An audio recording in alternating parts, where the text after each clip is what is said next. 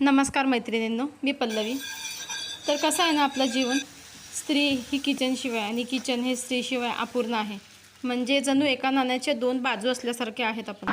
आपण पण एक दिवस नाही किचनमध्ये गेलं वगैरे तर थोडंसं आपल्याला करमत नाही. आणि पुरुषांनी जर बनवलं ते छान वाटतं इथं बसून खायला, पण नंतर जो पसारा करतात तो आवरता नाकी नऊ येतो. त्यापेक्षा असं वाटतं आपलं आपणच करूया, जाऊ दे.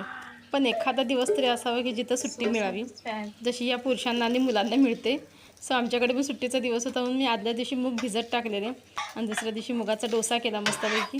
आणि त्याला कट डोसा टाईप त्या डोशाला कट केलं, कांदा टोमॅटो टाकून छानपैकी त्या डोस्यावर टाकलं आणि चटणी केली खोबऱ्याची, जी खूप टेस्टी झाली होती.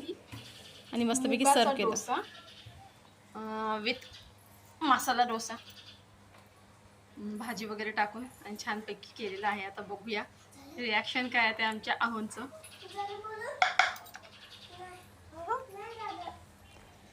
रिॲक्शन बघूया आपण. टेस्टी एकदम फर्स्ट क्लास.